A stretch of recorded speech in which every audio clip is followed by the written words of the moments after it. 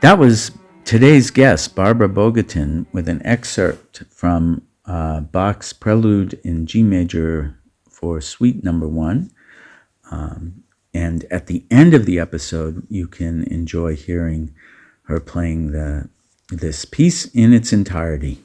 A member of the San Francisco Symphony since 1994, Barbara's musical career has taken her from the stages of New York Philharmonic to the Metropolitan Opera to intimate chamber ensembles across the world. But Barbara's path is more than musical. She's also a dedicated student of Buddhism with over 3 decades of Vipassana practice and deep study of the Dharma. Her lifelong meditation practice deeply informs not just how she plays, but how she lives and teaches. Together with her husband, neuroscientist Clifford Saran, she leads workshops like The Buddha, The Brain, and Bach, weaving together insights from Buddhist contemplative traditions, neuroscience, and the art of performance. And in today's episode, Barbara reflects on how mindfulness and the Dharma practice have shaped her as a musician, a teacher, and a human being, and her students, and how we can all bring more presence and compassion into our own lives. So you can find more about Barbara Bogatin on her website, which is linked in the description of this podcast. And now please join me in welcoming Barbara to the Kind Heartfulness podcast. Barbara Bogatin, welcome to the Kind Heartfulness podcast. Thank you so much. Well, thank you so much. So this is our first time with a world-class cellist on our podcast, and I'd love for you to tell us a little bit about how did you get involved in Buddhist practice? How did that connect into your life? Well, I guess you could say I kind of came in through the back door because I didn't have any relationship to Buddhism or meditation through really most of my life up until my late 20s. And when I met, I was dating a guy, a neuroscientist, who I eventually married, Cliff Saran, and he introduced me to meditation and Buddhist practice. But I think that what sort of set me up for it and got me into a place where it was something that made sense to me and I was able to really resonate with began at the beginning of my musical career. And I think that my professional musical life up to that point when I met Cliff really prepared me for a deep connection to Buddhist practice. So I'll just kind of briefly go through my Oh, please. Yes, you must. My story sort of from the beginning, and that's really started with my earliest attempts at music when I was 8 years old and I started playing the cello. I learned my elementary school. I was in a public elementary school in Philadelphia, which happened to have a really good music program with free instruments and free lessons, as did many of the public schools in big cities in the U.S. Back in the 60s. And I started playing the cello in 3rd grade because it was available to me, and I'd heard a string quartet play in my school, and I thought, well, that looked like a lot of fun. It was a wonderful sound, the 4 string instruments playing together, and also it had kind of a magical connection between the 4 of them. And something about that just really appealed to me as a very young child. And so when they asked, well, what instrument would you like to try? I thought, well, one of those string quartet instruments, the violin or the cello. And as it happened, the violins had already been given out, so they gave me a cello. And I was very happy about it. So I carted this gigantic thing home in a very soft canvas case and started learning it from my teacher at school. It was something that I took to right away. I just loved being able to play new songs, and I discovered that practicing a little every day would improve pretty quickly. And then I joined my school orchestra, and in Philadelphia there were a lot of citywide orchestras and opportunities to get special coaching if you exhibited some talent.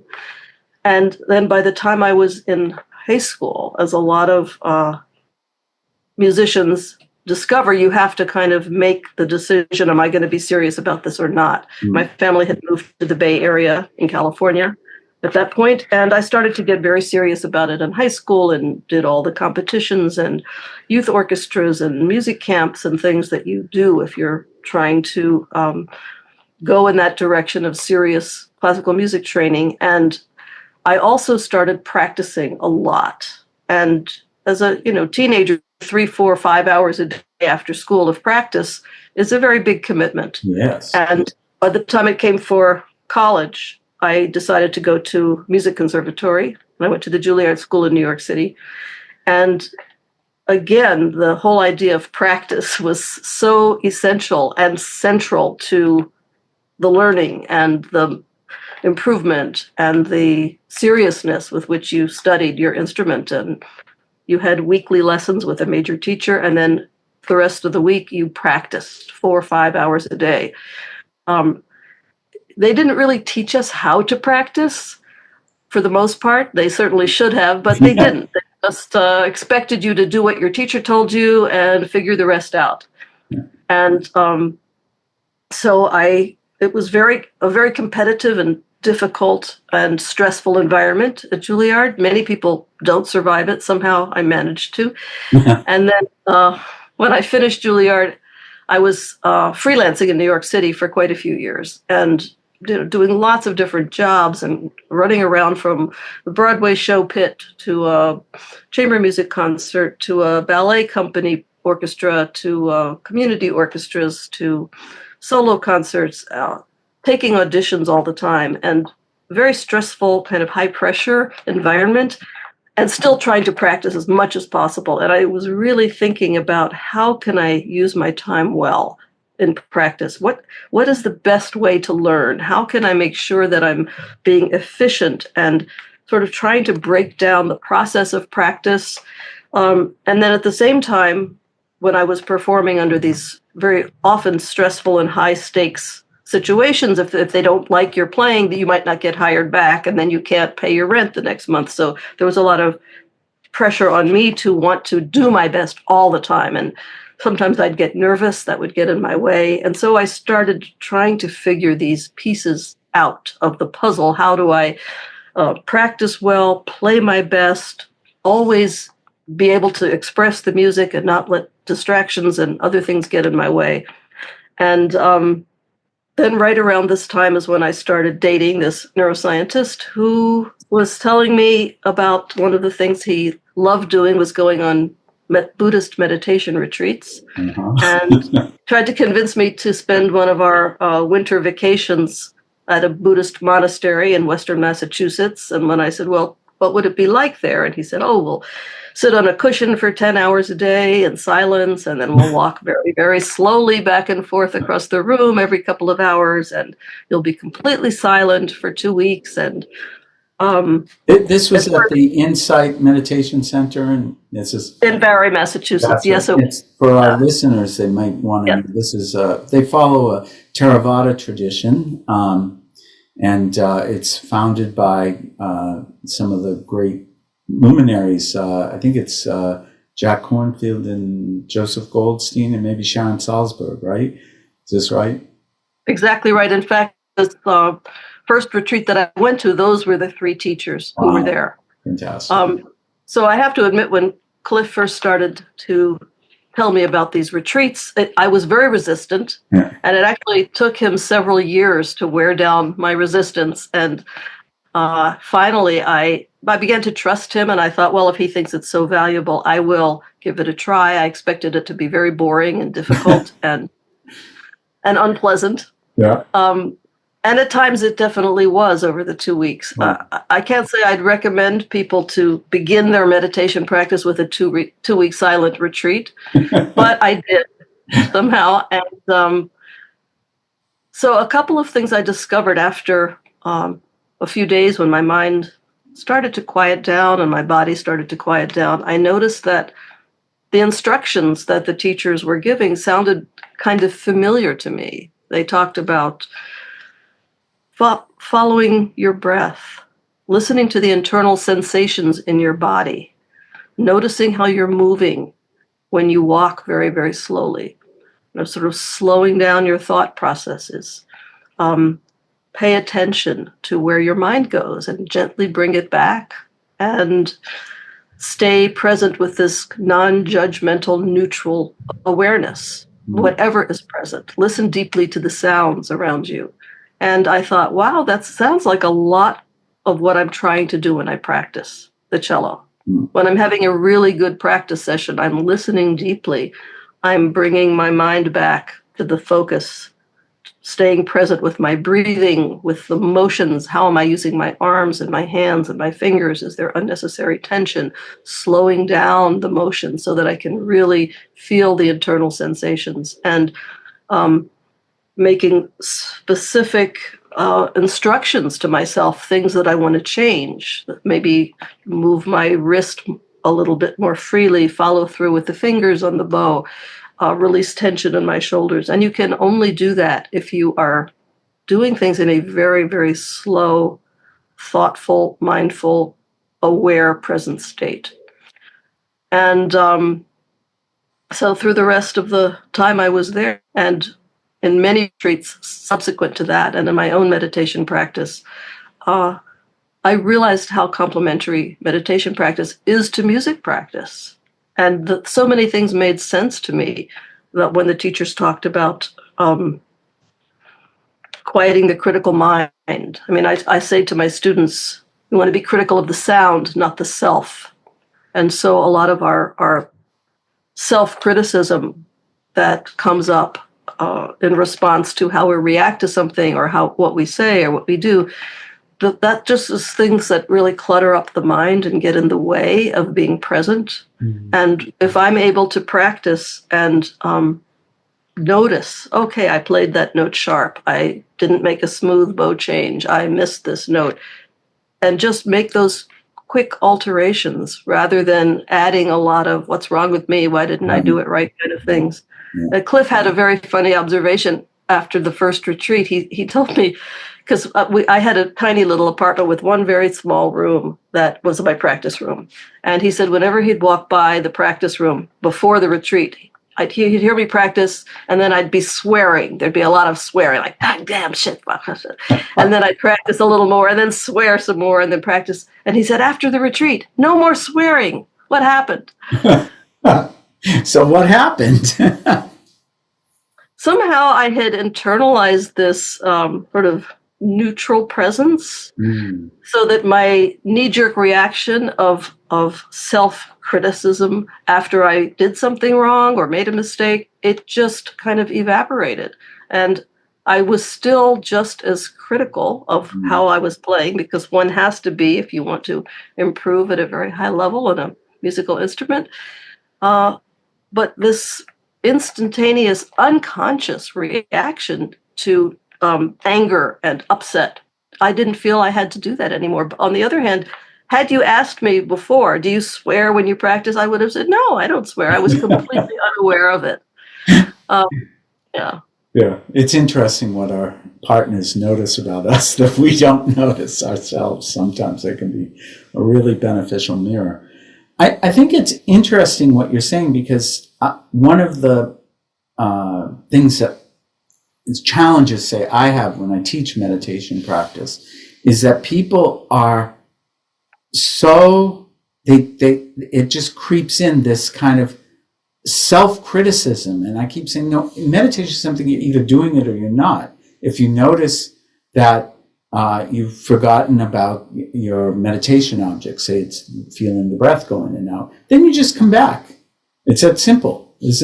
But people, it's really, really difficult for people to let go of the sort of, I call it the meta person sitting on their shoulder, who's constantly, the constant stream of, oh, you Dummkopf, you got that wrong, you can't meditate, you're not present.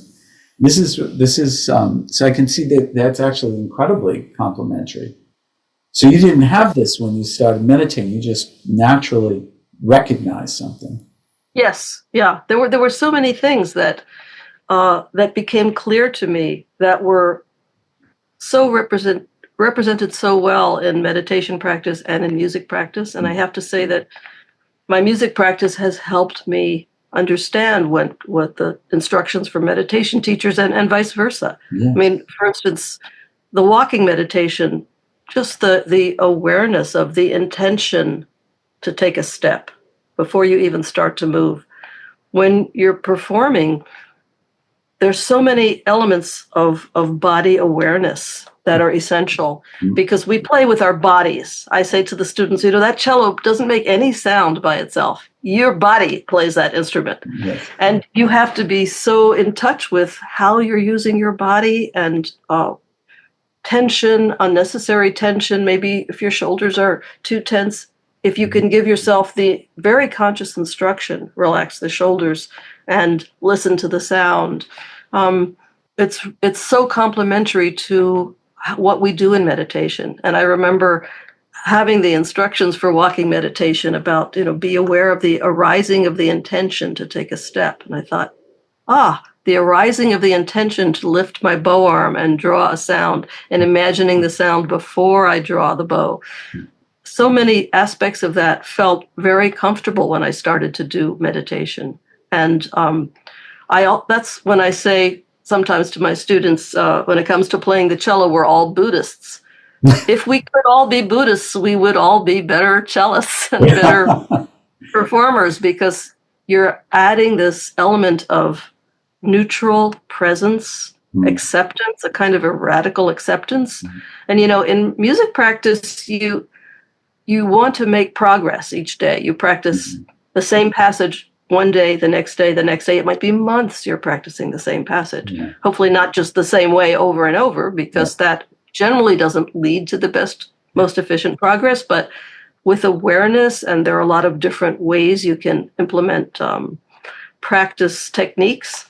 But the more that you can be aware of what it is that you're doing and how you want to improve, and slowing down the motions and slowing down even the thought processes of how do I use my body, what instructions can I give myself as I play, and the more present you can be with when you're trying to make progress. Often it's not linear. Practicing any skill, especially a physical skill or sports, it's not a linear process.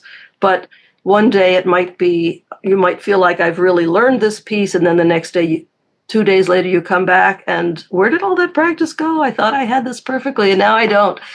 And so if you can radically accept, this is where I am today. This note was not clean. This note was out of tune. This note didn't have a good sound, rather than what's wrong with me? I thought I learned this.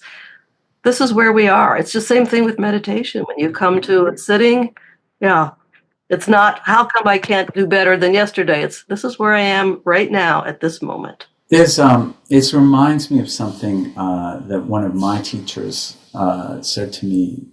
This was talking about Dzogchen meditation, the practice of resting in nature mind. And he said, because we all struggle with the judging voice, right?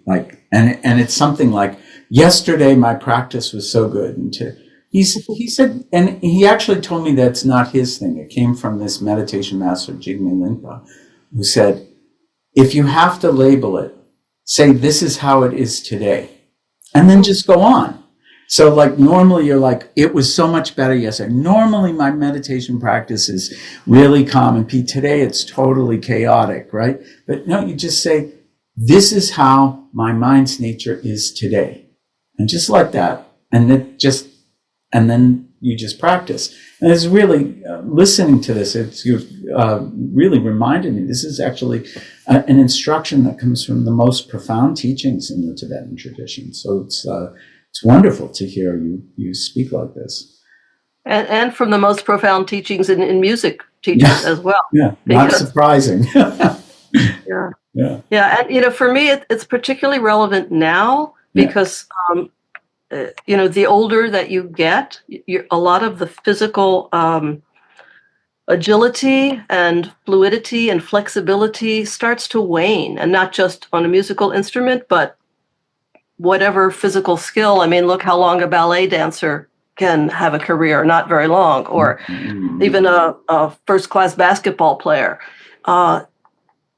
Your physical abilities do wane over time. It might take many decades. I mean, I've been playing the cello for at least 6 decades at this point, and after a while, it does get more, certain things get more difficult just to do in terms of flexibility and agility. And so when I practice now, I really am very, very conscious of the acceptance of this is where I am today, not where I was 10 years ago. Right. But how can I make the most beautiful sound right now today? And it helps me so much to slow down my physical motions and slow down my listening and really try to hear as well as I can the minutest details of how can I get this vibrato rounder and more rich, and noticing exactly how I'm using my hand and my finger. And I think that the skills that I've cultivated from doing meditation have really come to help me, especially in this phase of my performing career. That's amazing. That's wonderful. But you also are taking what you've learned now and mentoring others, right? So I want to talk about your workshop, but first I'm interested how you work with other musicians. So people come to learn from you, and then what do you tell them? Yeah, this is some of the most rewarding work that I've ever done, really. I feel like the things that I've learned through meditation to help not just my practice, but also my performance, in terms of finding a calm center within myself that I can bring to a performance. So before I started to meditate, I would get very nervous before a concert. And my usual technique is I'm waiting backstage to go on. I'm talking about for a solo piece or a small ensemble where I'm really going to be heard individually, not playing with a full orchestra, which is a very different kind of performance. But when I'd be waiting backstage, we'd be practicing like the hardest passage over and over again as fast as I could, many, many times, just sitting down backstage, practicing it over and over. And then you walk out and you're trying to present your love of music to the audience. Not the best way to go out there to make yourself relaxed and feeling the music. I was kind of in this frantic, nervous energy state. And, during meditation, especially when we would do metta meditation, and you're starting with sending compassion to yourself and calm and relaxation, I was able to find, sort of within myself, a kind of calm center that, after time, I could practice breathing into that calm center. And then I would try waiting backstage, breathing into this calm center, and then going out to perform. And I realized that is the way that I really want to go out and share my joy of music with my audience, from a place of calm, relaxation, acceptance, and in a heart-centered way. And so sometimes I'll do metta meditation towards others before I go out on stage, or towards my audience. And that feels like a great way to go out and share my music. That's great. Can you explain, maybe some people who are listening aren't very familiar even with Buddhist practice? This is on Spotify. So tell us a little bit more about meditation so that those people who've never heard of it before can know. Well, I guess metta it's one of the 4 immeasurables. They call it loving kindness meditation. And traditionally, from the meditation retreats that I've done, you'll spend a lot of time sort of having aspirations of wishing well toward yourself or others. And usually, first you do it towards yourself. It could be repeating certain phrases that the teachers would suggest. Perhaps, may I be peaceful, may I feel calm and relaxed, and breathe into that feeling throughout your whole body, not just keeping it up in your head, may I be peaceful, may I be relaxed, but on the breathing in and out, feeling that peaceful, calm, and relaxation. And there are a lot of different phrases that we generally would repeat sometimes. And I found with each meditation teacher, they come up with different phrases. May I feel safe and protected. Sylvia Borstein, my wonderful friend and teacher, has a couple of phrases that really resonate with me. May I greet every moment fully. May I greet it as a friend. Well, that's nice. And that's actually how I like to walk out on stage, greeting every moment fully, greeting whatever happens on stage in a friendly and accepting way. And so after you repeat these aspirations to yourself, then you think of a beloved person or a mentor. And so then you repeat these aspirations toward that person. You call them to mind and think, may you be peaceful, may you be happy, may you be free from suffering. And really feeling that incredible outpouring of love and care for that person. And then you'll do it towards a neutral person, someone you don't know very well. And I mean, I always think of that as a sort of a stand-in for my listeners, because when you look out on stage and you see a group of people, you don't know them. And yet, if you are feeling this well-wishing towards them, may you be peaceful, may you feel relaxed, may you live with ease. Then that's a very good way to be sharing music, in my opinion. And then when you get really good at this meta business, then you think of a difficult person, someone that you have a difficult relationship with or have makes you very anxious when you think about them, and then you send them good wishes as well. And it's very centering into, I guess, what they call the heart space, so that you feel connected to your own emotions. And you were asking about how I teach meditation to musicians. I've developed over the years now a lot of different curriculum that I can sort of pull together depending on the group of musicians. But I do a lot of, I just call it mindfulness for musicians seminars. And I often will do them at a music conservatory for a class of violinists or cellists or woodwind players or singers. And first I talk about practice and ways that meditation has helped me sort of think about the components of practice. And part of how I was able to organize my own practicing and make it more efficient is by figuring out, just from slowing down my thinking and slowing down my awareness, how am I going to learn, let's say, even breaking down the simplest component of playing a string instrument, like changing bow. When you change from an up bow to a down bow, that connection, you want it to be very, very smooth so that you can have a nice long melodic line without any gaps right in the middle of the sound. So you want it to be a smooth connection. And even just working on that component of changing bow, how do we figure out how to do that? How do we listen well? How do we make our changes? And so I kind of broke down practice into 4 steps. And the first, I'll just tell you them quickly. And if you play an instrument, you can try it out for yourself. So the first component is observation, which is awareness. Notice how you're moving your body, how you're producing sound, how your body feels, what your relationship is to the instrument. And you'll notice if there's unnecessary tension. You'll notice if your posture isn't good. You'll notice how you're holding your instrument. And then the next step is analysis. So what is holding you back? What is keeping you from making the most beautiful sound and the most smooth bow change and whatever it is that you're trying to focus on? And then the third step is making a change, alteration. Change something that you're doing. If you've noticed that when I try to change bow, my wrist feels tight, then you make a very conscious change, loosen the wrist when you change bow. So it's very conscious and very slowed down. Of course, you can't practice like this when you're playing a piece in the right tempo. You have to really slow things down.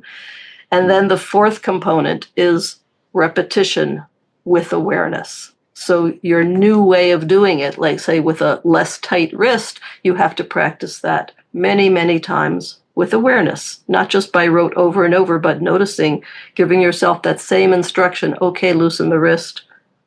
That was better. Now it's more smooth, and noticing. And then it's a loop. You just keep repeating that. Awareness, analysis, alteration, and repetition. Wow. So that's one of the things that I work with students. And what's great is that's something we can practice it in real time. Sometimes if I'll do a real workshop and have enough time with the students, then they'll come up and practice a passage, and even just one measure of a piece. We'll slow it down and notice, what are you doing, and how would you analyze what's holding you back. And this is often what our teachers do, this part of it. They'll say, oh, okay, your left hand isn't shifting fast enough. That's why it's not a good coordination. And then they make an alteration. They'll say, okay, shift faster on your second finger, and then you repeat it the new way. And the student does the fourth component, the repetition.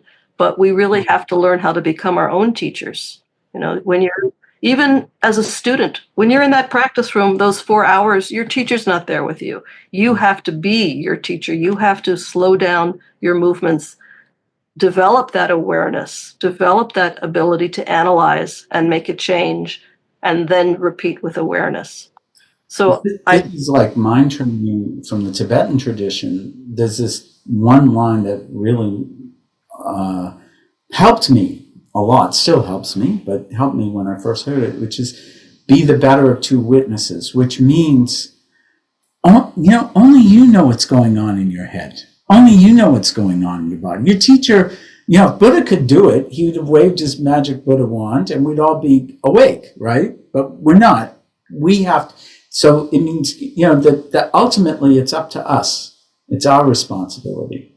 So this is really important, what you're saying. That's great. I love that. I might steal that if you don't mind. Buddha waving magic wand. I like that. Please. It's yours. So okay. So now tell me about the workshop. It's Buddha, the Brain, and Bach. Okay, so it's funny because Cliff and I, from our very first date, we started having conversations about music and practice and expression and how the brain works and consciousness and how we process music. And that's one of the things that really drew us together, I think. That we met on a blind date, so we were not living and working in circles where we would have run into each other. But from that very first date, we were both really interested in each other's worlds. And I really didn't know much about neuroscience, but I was totally fascinated with the work that he was doing. And he knew a lot about classical music and was a fan of it, but he didn't really know it from the inside either. And so we had so many wonderful conversations over many, many years about our different worlds and how we think about what we do. And we both had given a lot of thought to the process of learning and the process of expression and contemplative practice. So from these conversations, we realized that there was a lot of complementarity between what he did and what I did.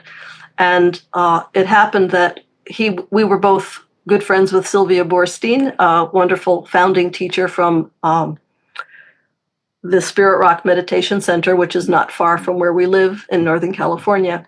And can I just interrupt you a bit? Because many of our people in our audience are Europeans, have never heard of Sylvia Boorstein before. And I just want to say a few things.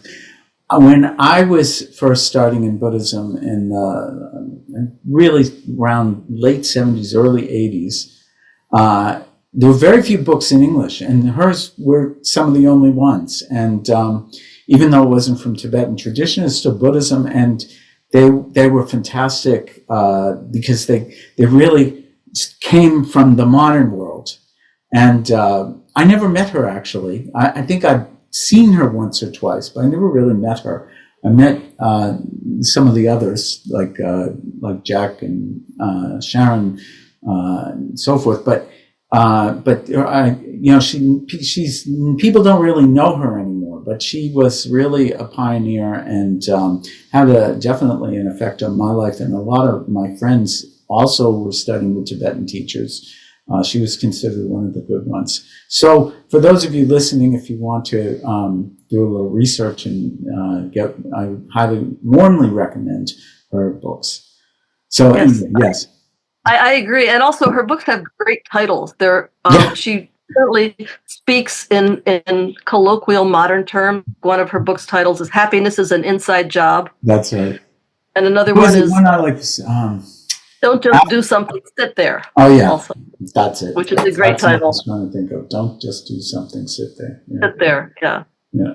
So, and Sylvia, she's about to be 89 years old and still teaching wonderfully, and just a delightful thinker and Buddhist teacher in the best sense. She really integrates it into daily life. And she happened to be teaching a day at Spirit Rock where it was going to be a big benefit, and she invited Cliff, my husband, to give a talk with her about his research in meditation as part of this day-long benefit for Spirit Rock. And then, so I said, well, if you're going to do a whole day together, how about a little music? I could play some Bach if you like. And then they both said to me, if you're going to play, you're going to talk also. They thought I would have something to add about meditation practice and music practice.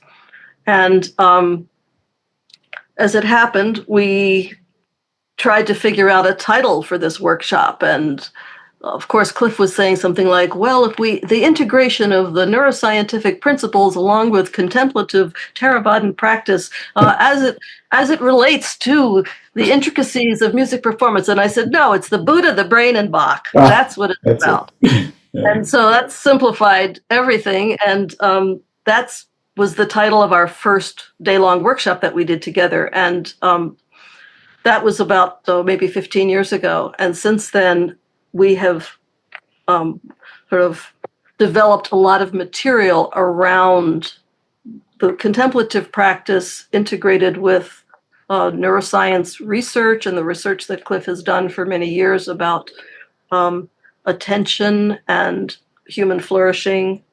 And I have a lot of pieces by Bach, and I talk about expression and how musicians use contemplative practice to help understand their craft. And we also talk a lot about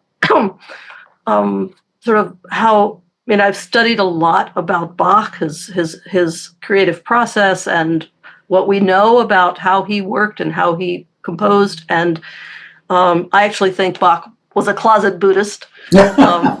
Of course, he was a devout Lutheran, but he also... Everybody was in those days and in his neighborhood. But I think that he also had a very integrated approach to music and expression. And so we talk about the integration of music performance, practice, contemplative practice, neuroscience research, and especially around the idea of practice.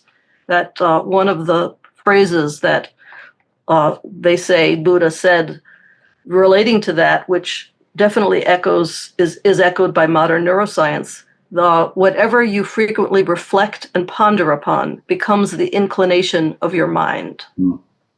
So that's a definition of neuroplasticity, the ability of the brain to change, but depending on what you do with it. And so there's a lot of research done on musicians' brains, actually, because of the effects of 10,000 hours of practice of an instrument, which is supposedly what it takes to reach a professional level. So my brain, for instance, will have a lot more gray matter delegated to the hands than probably your brain, because of what I've been doing with them for the past 60 years. So there are many ways that musicians develop attention and ability to, for instance, discern specific sounds from a lot of noise based on sitting in an orchestra for 30 years, playing the cello part while I'm listening to the bassoon section, which is way across the other side of the stage. So my brain will have different auditory responses to different sounds. So this is this kind of thing we teach in our workshops. And we have a lot of fun. We've taught many times with Sylvia Borstein. Now we teach with another wonderful meditation teacher, Nikki Mergafori. And then sometimes Cliff and I do it workshops, just the two of us. And we both lead meditations as part of our Buddha Brain and Bach workshops. We are doing one in at the Osterloh Retreat Center outside of Salzburg in July of this summer, July 11th to 13th. Great. And we're also doing one at the Omega Institute in Rhinebeck, New York, upstate New York, in August. And then we're teaching another Buddha Brain and Bach at the Esalen Institute in Big Sur, California, and that's going to be in September. So we really enjoy bringing these different domains together and kind of sharing some of the conversations that we've been having for many years about the integration of practice over multiple disciplines. That's great. And if people want to find out about your workshops, they can go to your website, which we'll be linking in the description of this podcast. So they'll definitely be able to find your website, and from there, they'll be able to find more about the workshop. So that's good. Yeah. So we have, besides the Buddha Brain Bach workshops that we have coming up, I'm also doing a lot of mindfulness for musicians training. And I have a program this June that I'm doing in Northern California for professionals, serious music students, and also adult amateur musicians of all instruments that integrates mindfulness movement and mindfulness meditation with music practice and performance.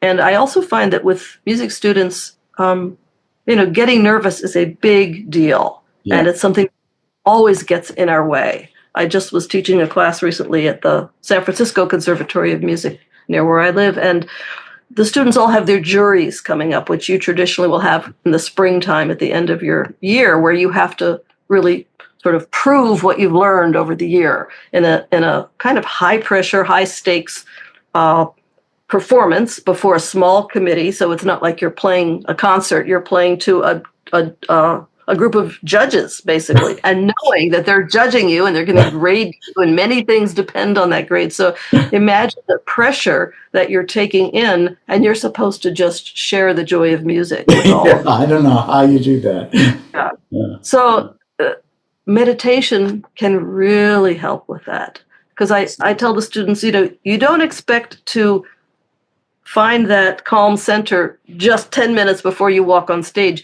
If you practice it every day for a month, 10, 15 minutes of calming yourself, centering with your breath, bringing your mind back when it wanders, and staying present with that feeling of joy of music. I ask them, what brings you to music? What do you most care about? What is important to you as a performer? And people will say things like, I love this piece. I want to make the most beautiful sound. I'm very committed to this concerto that I'm playing, the emotion that's expressed. So if you can get yourself into that space, if you have the skill and know where to find that calm center and bring yourself back to it, then when you walk out on stage, keep bringing yourself back to that place. And when the difference between a student playing from that place of expression versus that place of, I hope I don't mess up, I better get this right, what if they don't like me? That is not the best way to be your most expressive self. I had a coach once who used to say, the audience goes where you take them. And if you're up in your head worried about, I'm going to make a mistake, that's what they're going to be thinking. Oh, they're going to make a mistake. Whereas if you are anchored in your heart center and feeling this beautiful emotional connection to the music, whatever it might be, whether Bach is expressing, fear or grief or joy, get yourself into that space. And if you can, through practice, through meditation, you can find your calm center and anchor yourself in the heart and express what you have to say. What are the feelings inside you about that music that you want to share with the audience? If you're in that space, that is what they will feel. And they'll forgive whatever little mistakes come up, or even big mistakes, because they will feel touched and moved by your expression. So those are skills we absolutely can cultivate as musicians. But it seems to me that what you're talking about is something that is just generally a really important life skill, because all of us, especially now when you talk to young people, there's so much more pressure on young people to perform, and in ways that just I wasn't burdened with at say 20 years old or 18 years old. And watching my niece grow up, and the everything seems like it's a life or make or break your life kind of situation. But just in general, I think anything you do, if you do it from a kind of embodied presence, people remember that much more than all the little foibles we have. Yeah. And it's a real paradox, because students will say to me, I'm taking this audition, but when I look at the other players who are coming and I think, oh no, this person is so good and that person is so great, and how can I said, I can't get my mind away from those things that are going to mess me up. And so one of the things that I tell them is, multiple truths are present at the same time. Yes, you see candidate A and B, and you know that they're great players. That is a truth. Yeah. Another truth that's present is you will play your best if you are really centered in your expression and your specific desire to bring that emotion that you're feeling about the music to your listeners. And that is the truth that you want to stay present with. And just like in meditation, when you're sitting there on the cushion thinking, oh, I'm feeling so calm. Oh, but my goodness, when I go back, I still have to do all this work, and I'm way behind on this, and I shouldn't have come on this retreat because I'm going to be late and I'm going to not know what I'm doing I'm right here on the cushion.